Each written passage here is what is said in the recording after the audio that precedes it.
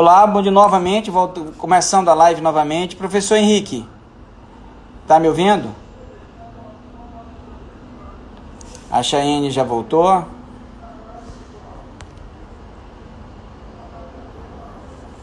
Tô aqui esperando a ver se o professor Henrique Mouta volta novamente.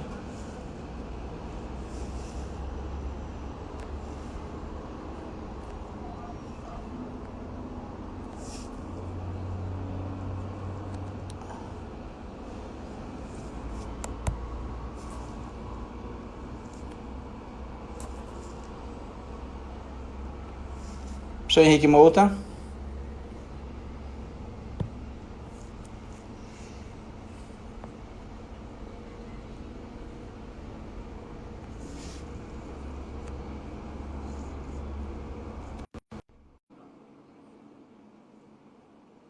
Bom, agora eu acho que eu adicionei. Até que fim, professor? Salve! Agora Salve. a tua tela não está aparecendo, meu amigo. Cadê É, você agora agora? apareceu, agora tá aí aparecendo. Eu acho que tu me bloqueaste. De tanto mandar convite para mim, eu não aceitei, acabou me bloqueando. Olha, o Matusalém tá dizendo aí que na verdade tá tirando onda, tá vendo? Deve ser, né? Me bloquearam. Mas, professor E eu Henrique caí Moura, também, eu acho que tu me derrubaste, na verdade. Você pode me derrubar, não sei se tu me derrubaste. Mas eu ouvi toda a tua introdução aí, muito bem colocada. A questão da discussão da segregação racial vinda dos Estados Unidos aí, quer dizer, esse tema não é um tema novo. Então, faço a primeira saudação ao meu amigo Sandoval, que a gente já se conhece há tanto tempo, né, Sandoval? Desde quando nós tínhamos cabelo, né? E os cabelos vão embora, mas a amizade continua. Isso é a o mais amizade. importante. E fico muito feliz de te encontrar aqui na live. Nossos amigos estão entrando aí, especialmente porque é um tema que, supostamente, a doutrina está levantando uma bandeira de novidade, mas a gente mesmo colocou na observação inicial do Sandoval, que é um tema que vem desde aí do sistema americano do século passado. Tá bom meu som aí, Sandoval? Porque eu troquei meu microfone e fone hoje. Tá Então eu excelente, quero só confirmar. excelente. Tá excelente, né? Eu Senão eu estou lhe vou lá ouvindo pro meu velhinho. perfeitamente. Tá, eu tô com o meu velhinho aqui, que já me acompanhou em tantas aulas e tantas lives, que ele já tá pegando só um lado. Eu comprei um outro melhor. Tá tudo legal, né? Então eu vou Tá fazer minha excelente. participação introdutória, tá, Sandoval? Para a gente pensar juntos. Pois não. É. A questão, eu acho que a gente vai conversar hoje com os amigos que estão nos ouvindo aí, maior, e nada melhor do que estar com o Sandoval, que é um cara que conhece a própria teoria do direito, a própria teoria do processo, é a gente trazer essa ideia de processo estrutural como uma forma de repensar o acesso à justiça. Especialmente quando se trabalha a ideia de que o acesso à justiça é a garantia do próprio direito fundamental, que está sendo discutido, por exemplo, numa ação coletiva de saúde, numa ação coletiva de consumo, uma ação coletiva de meio ambiente.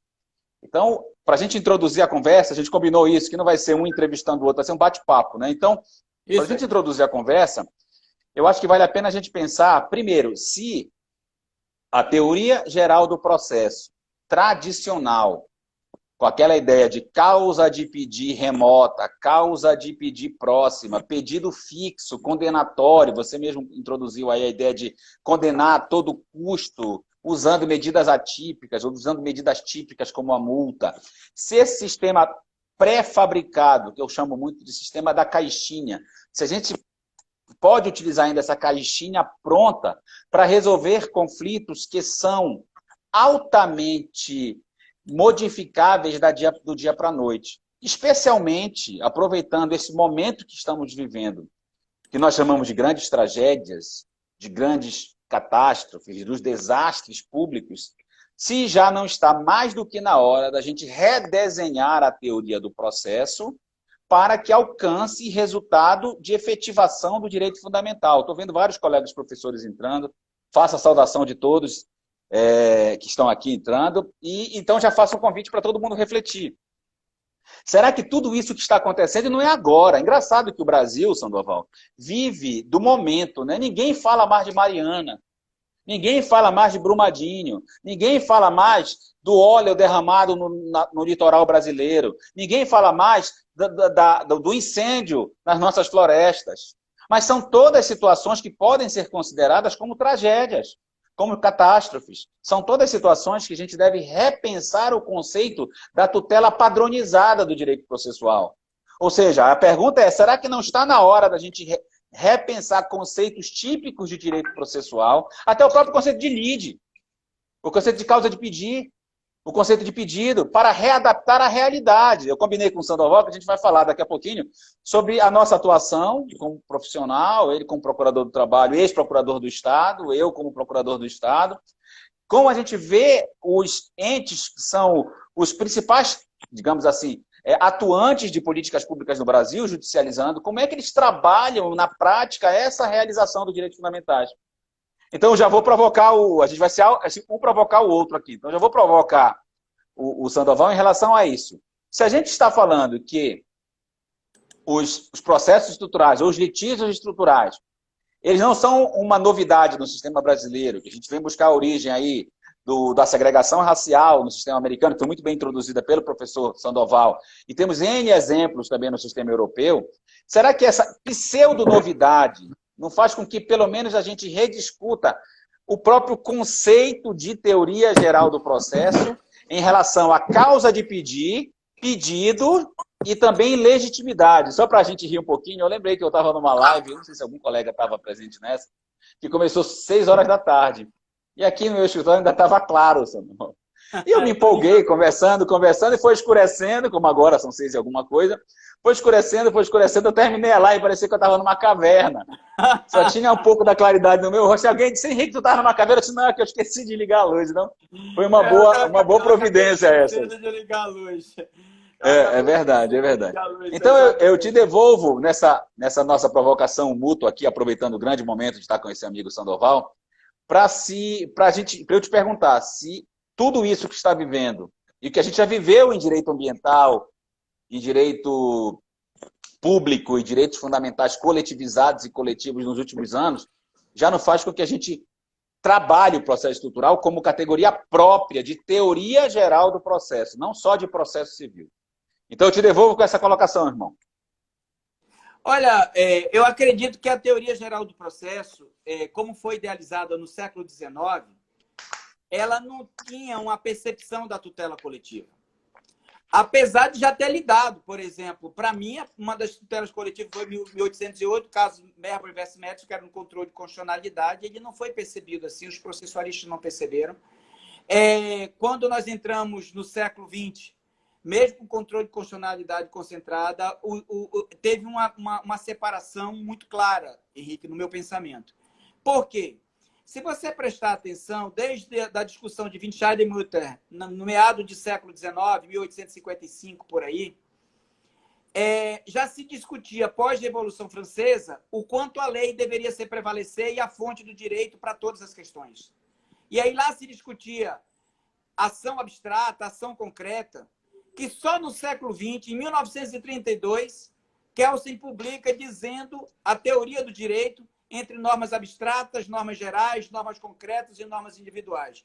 E os processualistas, como começaram essa discussão antes, nunca se conectaram com teoria do direito. E continuam discutindo até hoje. Se nós nos dermos a oportunidade de olharmos para a teoria geral do processo e enquadrarmos essa nova fenomenologia, ela dá conta. Por quê? Porque é na teoria geral do processo que nós vamos ter as mesmas estruturas. Nós vamos ter uma jurisdição, nós vamos ter alguém que provoca, e nós vamos ter um processo por meio do qual o juiz se desenvolve em seus atos concatenados em relações processuais até chegar ao fim de uma decisão. Agora, o que se tem de interessante nisso daí, sua pergunta foi fenomenal, é que muda-se muitas coisas. A percepção de ação, por exemplo, na Áustria e na Alemanha, tinha a CLAGE. A CLAGE era uma ação abstrata proposta diretamente contra o Estado. Seria trabalhar esses conceitos com os novos fenômenos. E essa é uma oportunidade excepcional para hoje os processualistas se debruçarem. E é interessante sua pergunta, porque o processo estrutural ele entra nos Estados Unidos, ele que é anglo-saxão, vem importado para o Brasil, que tem toda uma cultura vinda da Alemanha e da Itália. Nós somos fomentados pela Alemanha e Itália, via Portugal, inclusive desde as ordenações e discussões que se tem. Nós somos influenciados e a gente implanta aqui e nunca faz ter a conversação. Essa, para mim, é o grande desafio e eu acredito, sim. O que dá é o seguinte, não tem como, na teoria geral do processo do século XIX, nem com o que eu vendo no século XX, Carnelucci, Calamandrei, Liebman, não tem como eu pedir para eles reescreverem isso, mas tem sim como nós pegarmos esses conceitos dele e tentarmos trazer. Por exemplo, na tutela coletiva nós temos discussões de legitimidade, conceito trazido por Liebman, essas discussões como condições da ação, numa teoria eclética. Então essa é a premissa por meio do qual eu me desenvolvo e para mim o grande esforço não é uma nova teoria, mas era revisitar a teoria geral do processo para ver onde esses novos conceitos conseguem se desenvolver e ter um certo florear. E não só a teoria do processo, mas também a teoria do direito. Porque hoje eu tenho sentenças coletivas que têm características muito próximas, pela sua generalidade e abstração, muito próximas de uma normatividade legiferante. Como também é a mesma discussão que tem em relação aos precedentes e súmulas, que é jurisdicional. Lá no Código de Defesa do Consumidor tem essa estrutura, que uma tem eficácia erga omnes, outro tem outra parte. Ou seja, sempre o que erga omnes, outra parte é a generalidade. A abstração eu tenho no enquadramento de várias situações pessoais e individuais a esse respeito. Essa é a premissa por meio do qual eu me encaminharia na sua provocação. Não sei se você concorda. Não, é isso mesmo, é isso mesmo. Inclusive, é uma coisa que eu discuto muito na minha disciplina do PPGD, e a gente, conversando aqui, nós fazemos parte de 2 programas de mestrado e, no caso, doutorado da universidade, que são parceiros em relação a alunos e visitas de alunos entre CESUPA e o UFPA. E na minha disciplina do CESUPA, eu sempre gosto de trabalhar a questão do direito constitucional. Porque, no fundo, essas mudanças dos conceitos pré-fabricados de ação, de jurisdição, de partes, de lide, de legitimidade, de causa de pedir e de pedido, tudo isso vai acabar tendo que refletir no direito constitucional. E quando nós falamos aqui a gente está só falando de direito coletivo, né? A gente não está falando de direito individual à saúde, por exemplo. Mas quando a gente pensa no direito coletivo à saúde, direito coletivo à acessibilidade, a meio de tratamento, que é o que está acontecendo agora nessa grande tragédia aí do Covid-19, a gente não consegue responder, penso eu, para uma tutela de qualidade se a gente não pensar em processo estrutural.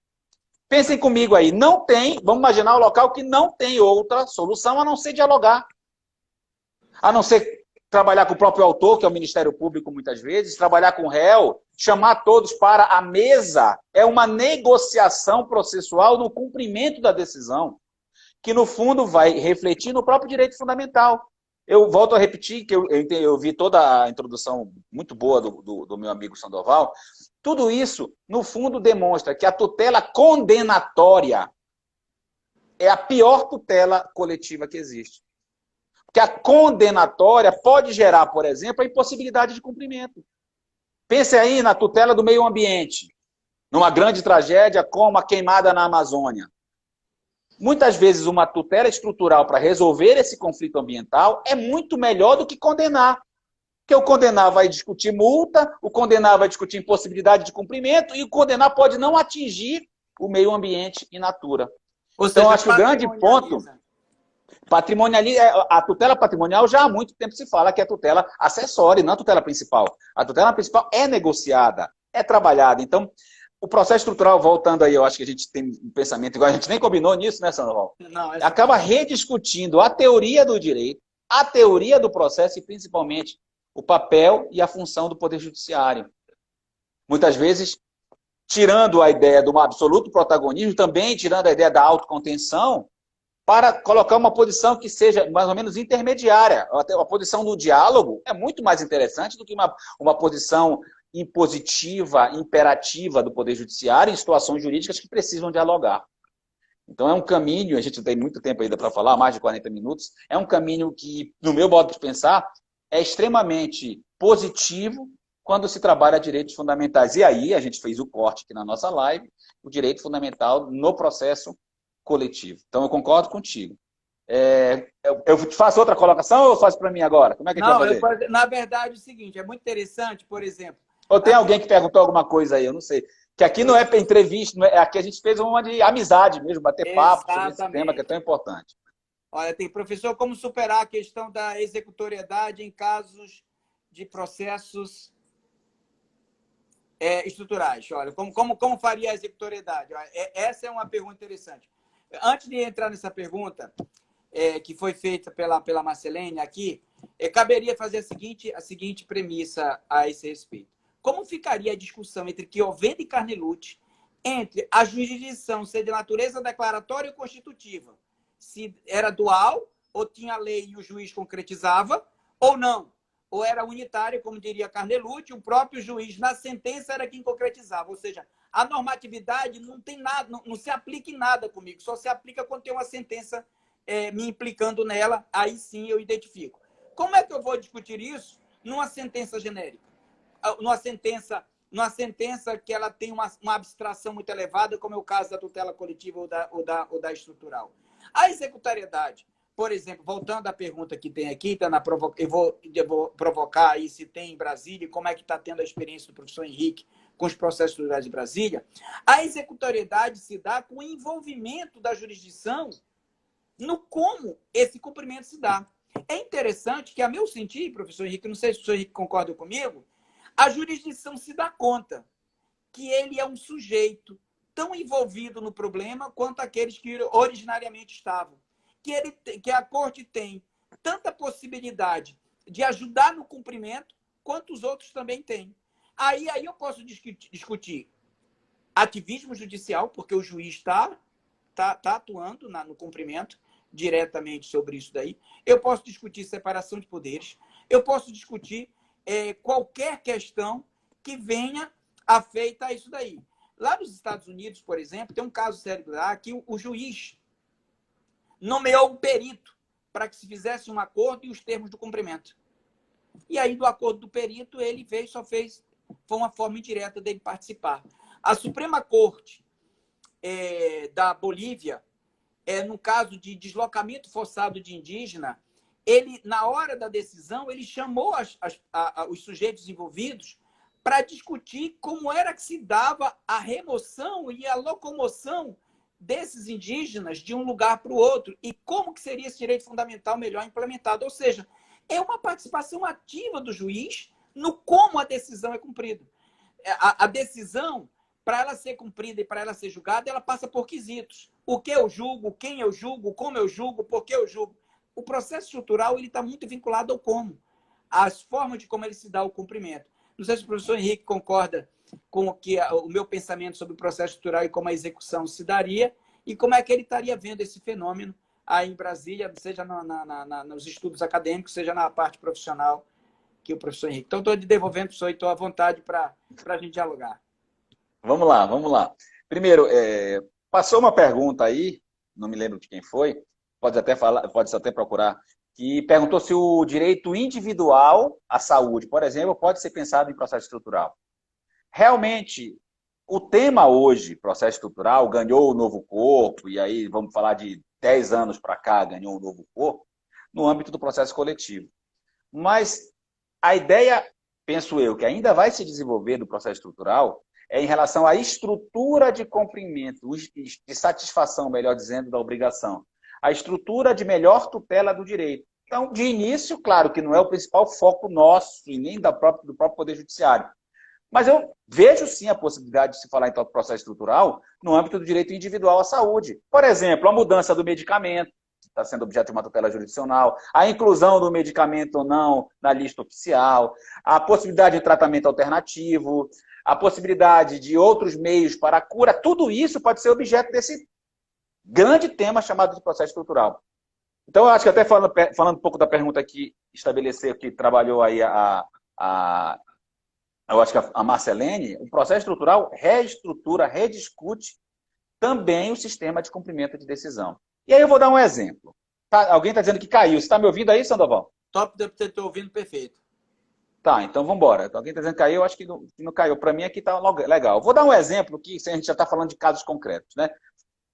Essa questão envolvendo o Covid, e que foi um dia Belo Monte, foi um dia queimada na Amazônia, foi um dia óleo no litoral brasileiro, essas situações são absolutamente rápidas.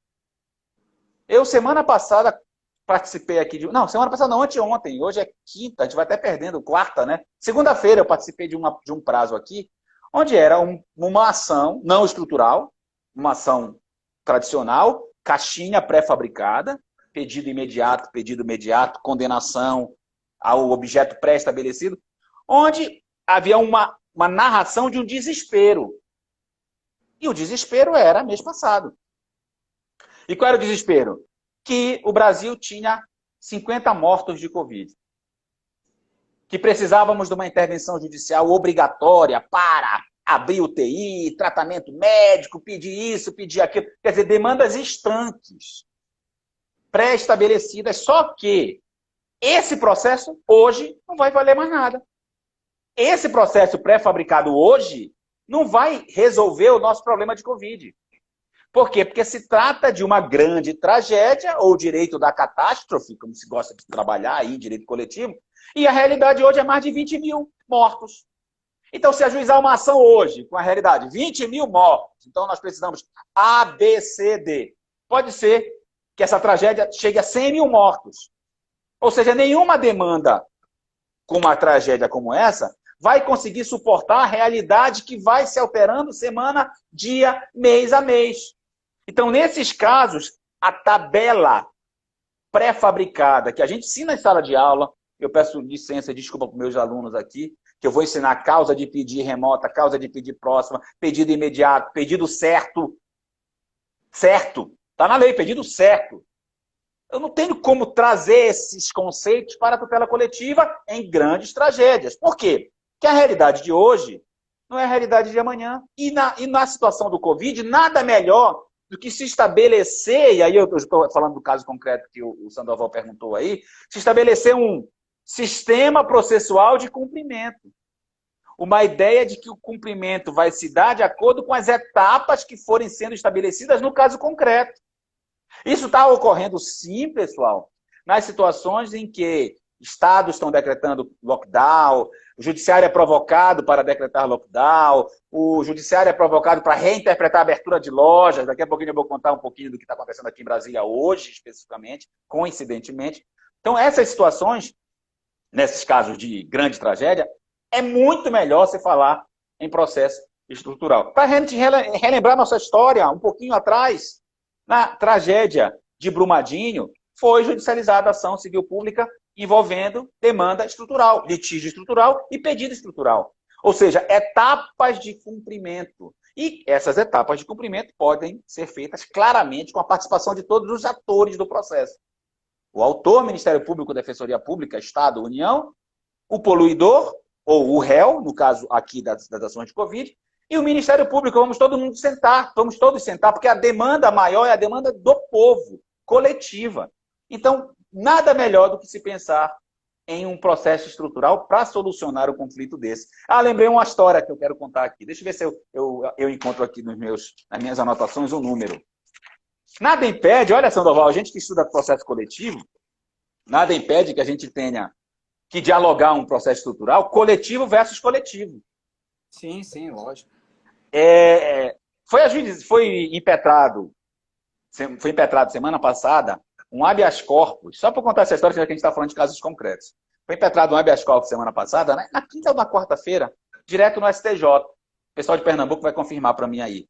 Foi o habeas corpus 580-653. 580-653, relatoria do ministro Schietti.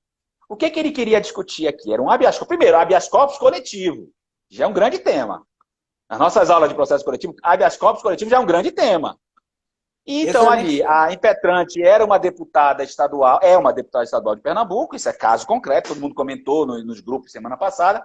E o que ela queria discutir? Ela queria judicializar para o judiciário, STJ, resolver o problema da locomoção, por isso habeas corpus, em detrimento de um decreto do governador do estado de Pernambuco. Que tenha decretado o Observem lockdown.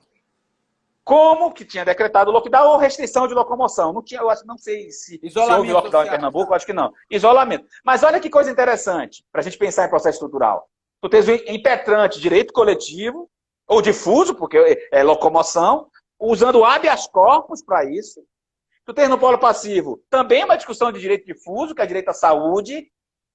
Tu tem uma discussão de separação de poderes aí, até porque ponto o judiciário pode intervir nesse decreto do governador do estado de Pernambuco. E, principalmente, nesse caso concreto, o ministro indeferiu a inicial, por argumentos que não fazem parte da nossa discussão aqui. Mas ele poderia tranquilamente tentar resolver esse problema pensando em um processo estrutural. Em Estruturamento. processo estrutural em habeas corpus. Porque o objeto do habeas corpus é o nosso tema. Judicialização da crise. Então, a partir do momento que o judiciário é chamado para essa judicialização da crise, 4 caminhos, eu vou te perguntar agora, tá? Vou te devolver nesse nosso bate-bola. O judiciário chamado para resolver um problema desse tem 4 caminhos, ao meu ver. A tutela padrão, condenar, multa, etc. O judiciário ativista e protagonista, ele decretando lockdown, como aconteceu no Maranhão. O judiciário chamou para si a responsabilidade. O judiciário de autocontenção, onde ele vai dizer, não vou me meter nessa confusão, essa aí é uma prioridade do Poder Executivo, e eu não vou me meter. Ou o judiciário pensando numa solução estrutural. Então, eu vou te perguntar então, objetivamente, agora, para a gente continuar a nossa conversa. Nessas situações envolvendo Covid, qual é a melhor conduta do judiciário dentro dessas 4 que eu coloquei aqui? Olha, é muito engraçado porque você discorreu sobre uma característica que impacta todos os institutos da teoria do processo mesmo. Por exemplo, uma das características que tem nos processos coletivos e nos processos estruturais é o dinamismo. As coisas mudam com muita rapidez. Logo porque há uma generalidade e abstração na causa. Então, há uma possibilidade muito grande de mutação na causa de pedir, no pedido, e há possibilidade de o cumprimento se dar de várias formas. É por isso que precisa sentar. É estrutural por quê? Porque é preciso que o judiciário, de alguma forma, se envolva para dizer qual é a melhor estrutura. Por exemplo, nós podemos estabelecer, antes de entrar, uma negociação aqui para verificar se estruturalmente o Estado do Pará e o município de Belém vai criar hospitais de campanha. Quantos leitos vão ser criados? Clínicos? Quantos leitos de urgência e emergência? Quantos leitos de UTI? Isso é uma possibilidade de o judiciário estar discutindo, onde usualmente não se discutia. Ele não discutia essa forma. Esse caso específico que você deu do habeas corpus coletivo é um caso clássico de como que o judiciário não está conseguindo dar conta disso. Obviamente, se ele pensar o processo estrutural com os conceitos antigos, ele vai indeferir todas as petições. Não tem como, ele não vai conseguir desenvolver. Por quê? Porque o judiciário ele é protagonista, ele é ativista. E tem um detalhe, Henrique, aí, no meu pensar, vê se você concorda comigo. O judiciário ativista, à luz da discussão acadêmica do processo estrutural, não está sendo trabalhado ainda como ativismo jurisdicional, não está sendo utilizado ainda como um judiciário ultrativo, e ele é. E há uma ação dos operadores do direito, uma aceitação acadêmica pelos processualistas de que o judiciário pode se meter nisso daí. Eu até concordo, porque eu sou adepto da teoria dos federalistas, que perderam para o Marshall, no caso Marbury versus Madison, que diz é competente aquele que faz. A divisão de trabalho foi feita para que as pessoas trabalhassem. Não pode ser argumento para não trabalhar. Toda vez que houver um argumento de competência para não trabalhar, ele não pode se permanecer em pé, é necessário que alguém faça. Em tempos de pandemia, não tem como. Porque, veja só, como é que o judiciário funciona? O judiciário, o juiz, ele é uma pessoa que tenta se substituir aos envolvidos e é pobre da vida deles.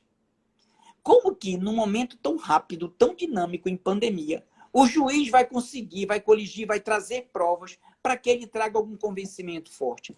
É muito raro. Tem que estar uma presença muito forte dos sujeitos envolvidos e do juiz.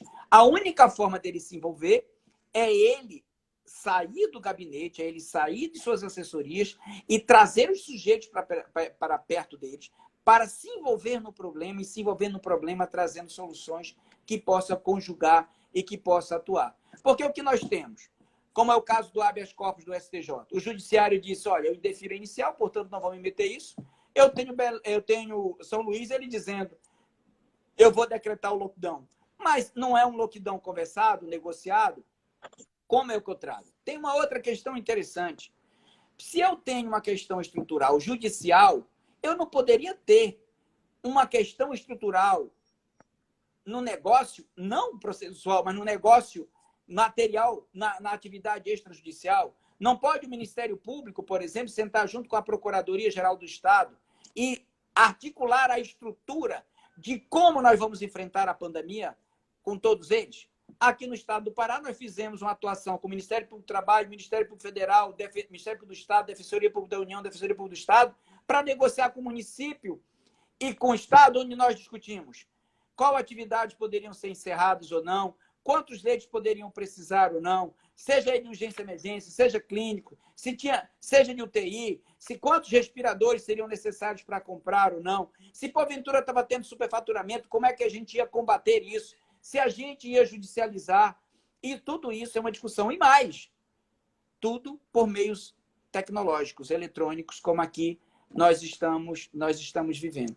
Essas premissas traz uma discussão para processo estrutural muito forte e que está passando alheio a toda a discussão velha sobre intervenção do judiciário em política pública e por aí vai. Essa é uma premissa. Então, a provocação seria, não poderia o Ministério Público, ou os vários do Ministério Público, sentar e discutir a estrutura da resolução de um problema, seja ele por cumprimento de uma decisão judicial ou no processo estrutural, seja ele por um acordo, professor Henrique? Sem sombra. E nós temos esse instrumento, né, Sandoval, que é o termo de ajustamento. A gente não vai estar inovando em nada. A gente utiliza o nosso instrumento, o termo de ajustamento, e chama os atores principais. Foi boa a colocação do Sandoval para a gente pensar nisso, que o processo estrutural, ele pode ser, ou o sistema, ou o litígio estrutural, ele pode ser pré-jurisdicional, que é muito mais interessante. Você evitar o conflito. Você, por meio de um, entre aspas, termo de ajustamento de conduta, você já chamar todos os atores que têm o dever jurídico de enfrentar essa catástrofe para, entre aspas, negociar. E aí eu vou agora usar, nós temos ainda, eu não estou contando aqui, Sandoval, porque a gente desligou e ligou, né? Tu está contando o tempo aí? Eu estou contando o tempo ainda, a gente ainda tem uns 20 e poucos minutos, 23 minutos mais ou menos. Tá, então deixa eu só continuar, que o diálogo pode ser pré-jurisdicional, deve ser pré-jurisdicional. E em todas as esferas dos grandes atores, existe comitê de crise. Então, não é nenhuma inovação, porque está todo mundo estudando o assunto. Eu, semana passada, fiz uma live com o nosso querido Marco Aurélio e a Renata, nossos amigos de Pernambuco. E o nosso tema foi, naquela live, Poder Público em Juízo. E a gente conversando e dizendo, olha, hoje em dia, o poder público é em juízo e fora do juízo. Porque a atividade preventiva do advogado público, a atividade preventiva do membro do Ministério Público e dos poderes do Estado, essa atividade é muito mais importante do que a atividade judicial. Porque a gente deve se precaver antes dessa catástrofe ganhar novos corpos, novos números. Então, sentar para negociar é a melhor forma de se resolver esse problema. Deixa eu colocar um outro assunto aqui, tá? É muito melhor o pré-judicial, né, que a Marcelene. É muito mais, são os comitês, o comitê administrativo, o comitê do Poder Executivo, o comitê do Ministério Público, o comitê do Poder Judiciário e o comitê do Poder Legislativo, se for o caso. Aliás, eu também estava falando disso no outro momento, não podemos esquecer que desde a chamada Lei Geral do Covid, que eu tenho anotado aqui, porque eu falei dela esses dias, desde a Lei Geral do Covid, que é a Lei 13.979 de 2020, tudo vem sendo judicializado. Desde a questão da competência para as prioridades administrativas na área de saúde, desde eventuais inconstitucionalidades decorrentes desta lei. Quem quiser anotar algumas ADIs, que o Sandoval me perguntou há pouco, sobre a Lei Geral do Covid, de repartição de competências, etc. 6341, 6363, a DPF 676, a CO 3385, essa CO 3385 foi interessante, porque foi uma decisão entregue os medicamentos para o estado do Maranhão. De novo, o Maranhão sendo protagonista de uma ACO. Então, realmente, neste momento que a gente está vivendo, existiu um boom de judicializações, ou de judicialização, de causas de pedido envolvido o Covid. E aí a gente tem que pensar, qual é o melhor papel do judiciário dentro daqueles 4?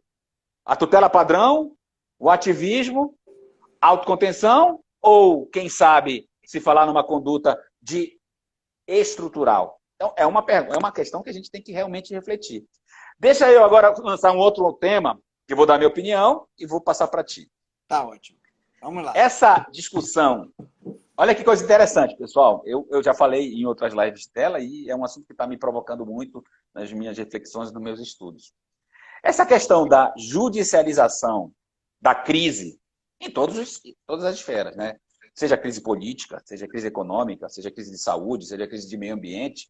Esse boom que está vivendo dos direitos fundamentais, se a gente for chegar em números, eu acho que nesses 4 meses a gente trabalhou equivalente, nós todos aqui que estamos no front da judicialização, a gente trabalhou talvez o dobro do ano passado nas causas cotidianas. Então, nesse momento da enxurrada de temas levados ao Poder Judiciário, um instituto que ganha muita força é a tutela provisória.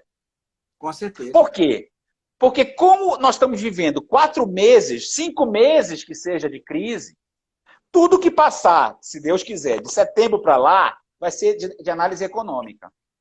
Tudo de setembro para lá vai ser indeniza, não indeniza, ressarce, não ressarce, teve fraude, não teve fraude, teve faturamento, não teve faturamento, mas a judicialização da vida, dos direitos fundamentais, está sendo agora. Então, nós estamos falando de ação coletiva. E aí eu vou falar minha opinião e depois eu vou passar para o Sandoval. Nas ações coletivas, a tutela da vida se resolve por tutela provisória.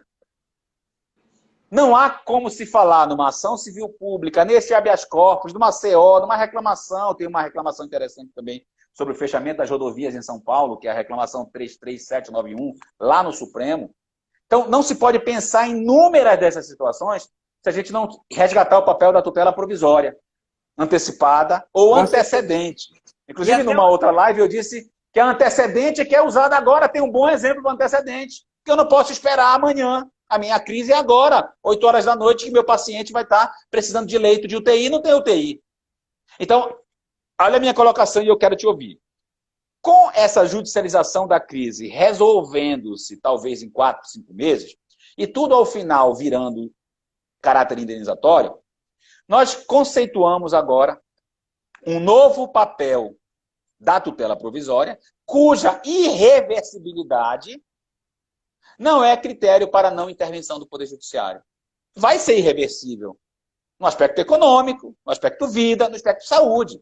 Se eu determino a internação e o custeio de um medicamento, ela se exauriu. Então, será que nesse protagonismo do Poder Judiciário, nessa grande judicialização, não é necessário uma nova forma de pensar a tutela provisória versus tutela definitiva? E te pergunto, para a gente conversar, e se não está se dando uma nova chance, digamos assim, de pegar o Instituto da Tutela Antecedente? Porque ela não deu certo, penso eu, até agora. Nossos exemplos, até esse momento da crise, eram exemplos simples. Era um exemplo simples do menino que queria o diploma e foi indeferido, é da fulana que queria o medicamento. Agora não, nós estamos falando de tutela antecedente em ação coletiva. Em que eu quero garantir o meio ambiente, que eu quero garantir a saúde, mas eu não vou judicializar o objeto principal agora. Eu só quero o quê? O lockdown. Eu só quero o quê? A UTI. Eu só quero o quê? O hospital de campanha. Então, será que nesse grande momento da judicialização da crise, dentro do papel da nossa aula aqui de direito processual, não se resgata a importância da tutela provisória? Aí eu quero te ouvir. E 2, penso eu. A tutela antecedente está aí a função dela, ó. Ela serve para isso. Eu entregando a prestação judicial, eu não preciso judicializar a ação coletiva. Eu não preciso judicializar a ação civil pública. Então é um resgate da função da tutela provisória que eu queria falar um pouquinho e eu queria te ouvir aí para a gente fazer esse bate-bola. Olha, exato. Eu até aproveito com duas perguntas do Matusalém aqui, todos os professores que vêm aqui, está perguntando se uma ação individual de saúde, de UTI, é estrutural ou não. E uma outra pergunta da Marcelene, se, por exemplo, no processo estrutural eu poderia estabelecer alguma regra de procedimento. E é uma questão interessante que as pessoas sempre confundem. Gente, a palavra estrutural vem de sua origem etimológica mesmo, vem de estrutura. Por que o processo é estrutural? Porque o judiciário vai dar conta da estrutura de funcionamento, pode ser do Estado, pode ser do mercado. Eu posso estar discutindo a estrutura de funcionamento das escolas privadas. Eu posso estar discutindo a estrutura de cobrança, por exemplo, das mensalidades escolares. Essa percepção de estrutural é o judiciário se imiscuindo no seu cumprimento, tentando, de alguma forma, discutir a estrutura para melhor atuação e cumprimento daquilo. É o que deu no caso Brown, por exemplo, lá, que ele acabou, naquele momento, se imiscuindo e discutindo onde que os ônibus paravam, onde é que trocavam os brancos e os afrodescendentes, qual bairro, que escolas, que tipo de banheiro poderia ser quebrado ou não. Ou seja, ele discutindo como resolver. É um olhar para a resolutividade, é um olhar para que a coisa seja cumprida. Aí a discussão que tem da ação individual, ela pode ser estrutural se ela tiver repercussão numa tutela coletiva. Se ela imagine que alguém que adoece 5, 6 pessoas que precisam de UTI e a pessoa entra com ação pedindo para que o Estado fornecesse as 5, Só para ela. urgentemente. Ele vai fazer para ele, mas vai fazer para os outros, tem repercussão coletiva. Pode ser que o judiciário se imiscua nisso daí. Mas a estrutura ela está vinculada muito para o lado coletivo. E onde porque não tem tutela coletiva no direito brasileiro que não tenha repercussão na esfera individual. Então, obviamente, o benefício da esfera individual vai lhe dar no cumprimento de uma sentença coletiva. Se for necessário, naquela estruturação que o judiciário estiver discutindo, a elaboração de uma regra de procedimento, pode ser adotado isso sim. Eu vou dar até um caso aqui, um caso clássico aqui, para depois entrar na tutela de urgência, que foi dado. Nós estávamos discutindo com o município as regras de isolamento social. Ao mesmo tempo, aqui outra instituição pública entrou com ação no plantão para que o ente federado ele adotasse a mesma coisa. O juiz do plantão disse isso não é caso de plantão, no sábado, e no sábado o acordo foi fechado, na segunda-feira, extrajudicial, o acordo dizendo a estrutura de funcionamento desse decreto, que atividades deviam ser encerradas, ser fechadas, que deveria funcionar, como funcionaria os ônibus, como é que funcionaria, que distância daria das pessoas que estavam colocando, se os ônibus tinham que estar lotados ou não estar lotados, tudo isso é discutir estrutura de funcionamento de um serviço público ou de um serviço, que eu vou dizer, privado de relevância pública.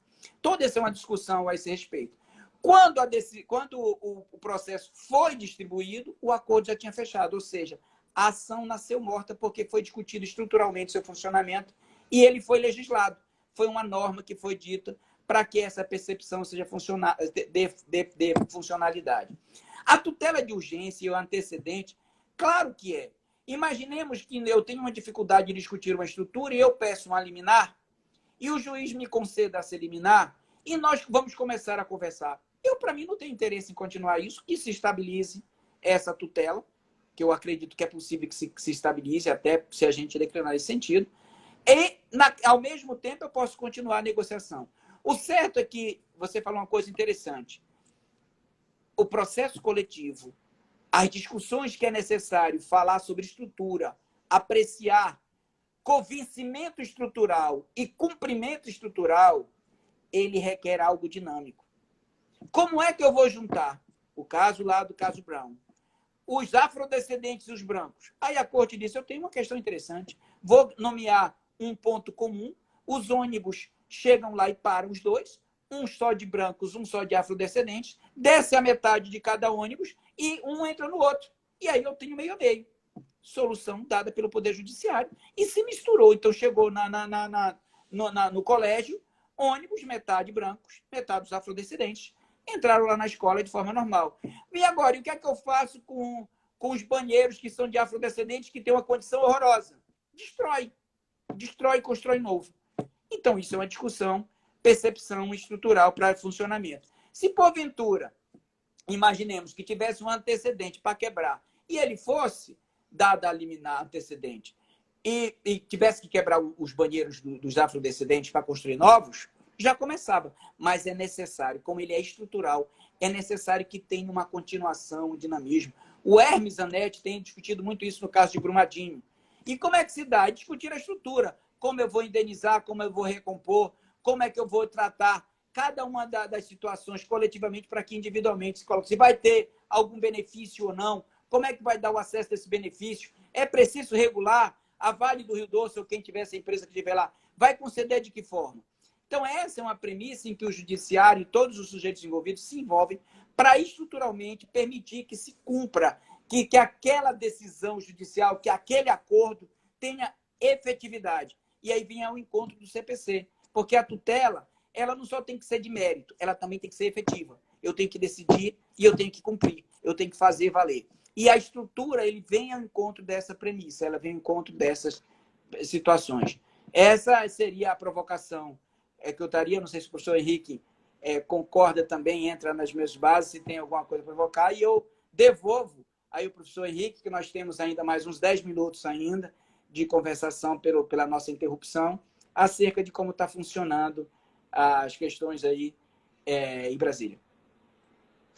Bom, é isso mesmo, né, Sandoval? A gente está sempre trabalhando o mesmo tema, é um tema que nos provoca em relação às nossas pesquisas e estudos, e vou colocar o que está acontecendo aqui. Realmente, essa questão da estrutura, de análise estrutural da demanda, de um pensamento em etapas, ela tem a cara mais adequada, penso eu, para solucionar os problemas que nós estamos vivendo agora. Ah, com certeza. Que nós vivemos ali em Mariana, lá atrás, que nós vivemos lá atrás também em Brumadinho, que nós vivemos no petróleo do Nordeste brasileiro, do óleo, que nós vivemos na queimada da Amazônia.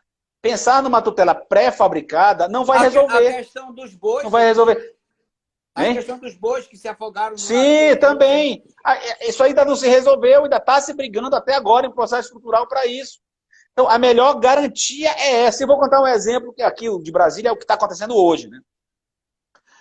Em alguns estados, foi judicializado o lockdown. Tá? Em alguns estados, o Maranhão, por exemplo, foi judicial o lockdown. E aí tem uma discussão de separação de poderes, de ativismo, de protagonismo, de decisão antidemocrática, de juristocracia, etc. Mas aqui no Distrito Federal, eu vou trazer esse exemplo, que é o exemplo que a gente está vivendo aqui, o ato todo de verificação do fechamento e abertura de lojas, escolas, academias, etc., foi do governo do Distrito Federal. Mas, a partir do momento que o governador do Distrito Federal começou a anunciar que iria abrir o comércio, o shopping, etc., em razão dos números, da curva achatada, aquela história que as pessoas ficaram em casa, a partir do momento que esse assunto veio à tona, começou o nível de judicialização. E vou contar o que está acontecendo. Houve essa judicialização de ação civil pública aqui no Distrito Federal em uma ideia de estruturação. Estruturação da abertura das lojas. Estruturação do número de pessoas dentro do ônibus. Estruturação do número de pessoas nas lojas. Estruturação de quem vai almoçar primeiro, de quem não vai almoçar primeiro. Estruturação do serviço que vai funcionar de manhã e o serviço que vai funcionar à tarde. Estruturação das escolas, algumas turmas terças e quintas, outras segundas, quartas e sextas. Ou seja, a estruturação da vida. A nossa vida, hoje, está sendo trabalhada em análise jurisdicional e uma rediscussão dos direitos fundamentais. E está funcionando. Está funcionando. Hoje abriram os shoppings. Parece que a partir de 1h da tarde, para não ter o almoço, fecha agora, às 7 horas da noite. Número máximo por metro quadrado de clientes. Obrigatório uso de máscara, medição da temperatura acima de 37,3. Com certeza foi algum critério médico que se alcançou esse número. Cabalístico. Por que 0,3, não é 0,5? Mas tudo isso está sendo estrutural, processo estrutural. O Judiciário sentou com o Ministério Público, sentou com a Defensoria Pública, sentou com o Governo do Estado, inclusive a reunião foi no Palácio do Governo do Estado, dando uma ideia de quebra de parâmetro de decisão judicial. Ao invés de se dizer, não abre nada, não, vamos abrir paulatinamente. Abriram lojas, restaurantes não abrem agora, academias não abrem agora, as lojas tempo reduzido, número máximo de clientes e a tal da temperatura 37,3. Ou seja, a nossa vida já está dentro do conceito do processo estrutural. Já é uma realidade. Agora, é muito melhor um processo estrutural que você dialoga os vários direitos fundamentais que estão sendo discutidos ali, o direito à vida, à economia, ao trabalho, ao lazer, à saúde. É um boom de direitos fundamentais sendo levados ao Poder Judiciário. E a melhor solução é o processo estrutural. Então, eu já estou praticamente encerrando a minha participação nessa nossa primeira de muitas lives, né, meu amigo Sandoval? Pessoal que não sabe, nós somos amigos há muitos anos. E Sandoval é uma pessoa que eu gosto bastante. Meu professor, ele falou que eu sou professor dele, na verdade, ele é meu professor. Sempre estudo, leio os textos do Sandoval e nas minhas aulas eu sempre te indico, Sandoval. Quando eu falo do teu texto, quem vê ementa não vê precedente. Que eu achei que ficou tão feliz o título, foi tão bom o título, que eu já incorporei indicando, claro, o autor, o Sandoval. Então você também é o meu autor, dentro das suas produções, sempre formando várias gerações de alunos e sempre com essa preocupação de pensar bem o direito coletivo. Eu acho que a gente tem pouco tempo, então já te devolvo a palavra com esse caso do Distrito Federal, em que a gente está já vivendo o processo estrutural, em relação à conduta, em relação ao horário de saída, em relação ao horário de trabalho, em relação à entrada em shopping, em relação à entrada em loja, em relação até à temperatura. Por que 37,3? Eu não posso ter um 37,5? Não, não pode, porque tu estás fadado a morrer. Não pode entrar, porque o direito coletivo maior estrutura que o padrão aí de conduta é 37,3. Então, já é uma realidade que a gente está vivendo em várias cidades do Brasil. Como a gente está terminando o tempo, eu já te devolvo a palavra, Sandoval. Tá, e aí você pode encerrar por aí, tá, irmão? Tem aqui o Amado, aqui Pedro Bentes, aqui tem o pessoal do meu gabinete, a Ivete aqui, do professor Luiz Vale aqui, deixa um abraço forte. Grandes amigos, grandes irmãos processualistas. Fenômenos, inclusive, o professor Pedro Bentes é uma inspiração para mim. Mas eu queria te dizer que a sua humildade e graça é que me eleva. Você, na verdade, me ensina muito mais. Obrigado por estar declinando aí ou dizendo algum texto que, porventura, eu fale alguma coisa sobre o processo.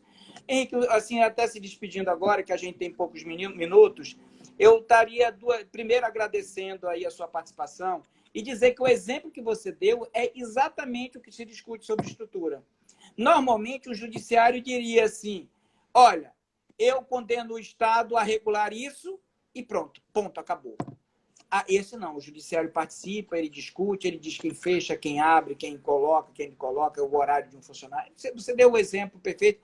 E o aspecto estrutural, ele tem sim repercussão na esfera individual, mas ele se o quê? Ultraparte. O que assim, muito mais de índole coletiva. Obviamente, eu não deu tempo de eu lhe provocar como que seria um processo estrutural no mandado de segurança coletivo, que você tem um livro sobre isso, então escreve muito bem sobre isso. Mas eu queria aqui deixar a minha eterna gratidão. Obrigado por ter assim, aceitado o convite em conversar comigo sobre um tema tão interessante.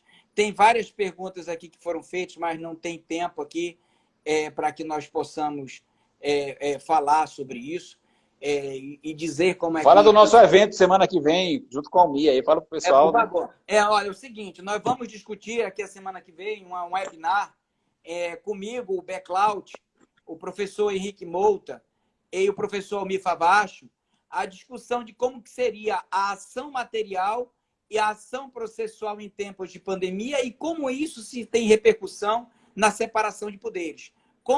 E aí, obviamente, vai tangenciar, sim, vai ter uma interseção com o processo estrutural em alguma medida, sim, e como é que isso vai lidar em relação à questão da separação de poderes. Vai ser segunda-feira, de 14 às 18, vai ser um webinar. Então, inclusive, professor Henrique, quem se inscrever no webinar tem direito a certificado, vai valer como horas complementares, vai ter uma duração de mais de 1 hora, vai ser de 2 horas, onde nós vamos fazer um bate-papo muito descontraído para tentar envolver. Então, vai ser o webinar, não vai ser algo tão fechado como live aqui, as pessoas vão poder participar mais diretamente, pode ser aberto para perguntas e tudo mais, vai ter uma interação muito maior a esse respeito. Logo porque eu acho que a ação material desenvolvida por Ponte de Miranda foi muito mal compreendida e está sendo muito mal compreendida.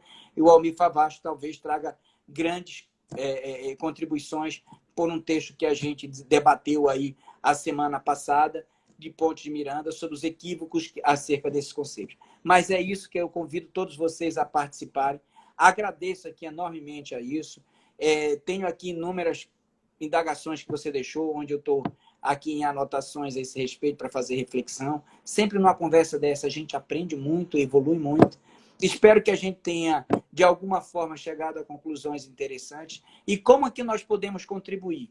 Porque nós temos que deixar, de alguma medida, de sermos, com a semelhança de ser apapaizados e mamãezados, ajuizados. A gente fica toda hora pedindo para que o juiz resolva nossos problemas. E ele serve para isso. Mas nós também podemos resolver muitas coisas disso. Essa questão do processo estrutural é uma chamada de ordem para que a gente, de alguma forma, se envolva junto com o juiz e o juiz se envolva junto conosco na solução dos grandes litígios de impacto coletivo ou na estrutura da vida da sociedade, na estrutura do Estado, na estrutura do mercado e qualquer um outro. Eu deixo aqui meu fraternal abraço aqui, Henrique, e deixo aí agora o último minuto aí para que você deixe suas considerações finais a respeito da nossa live. Não, só agradecer mesmo, Sandoval, antes que o Instagram não nos corte, né? Agradecer a oportunidade, você, como eu disse, é um grande irmão. Dizer para o pessoal que o Sandoval vai deixar no Instagram dele essa live, já pelo IGTV, para o pessoal assistir depois, e a gente vai divulgar pelas nossas redes sociais o nosso evento de segunda-feira, e vocês estão convidados. Só isso, irmãozinho. Eu vou tentar colocar também no YouTube essa nossa conversa. Ótimo, ótimo, ótimo. Então é só agradecer mesmo, né, irmão? Tudo de bom, pessoal. Valeu, obrigado. Boa semana para todo mundo. Um abração. Tchau, tchau.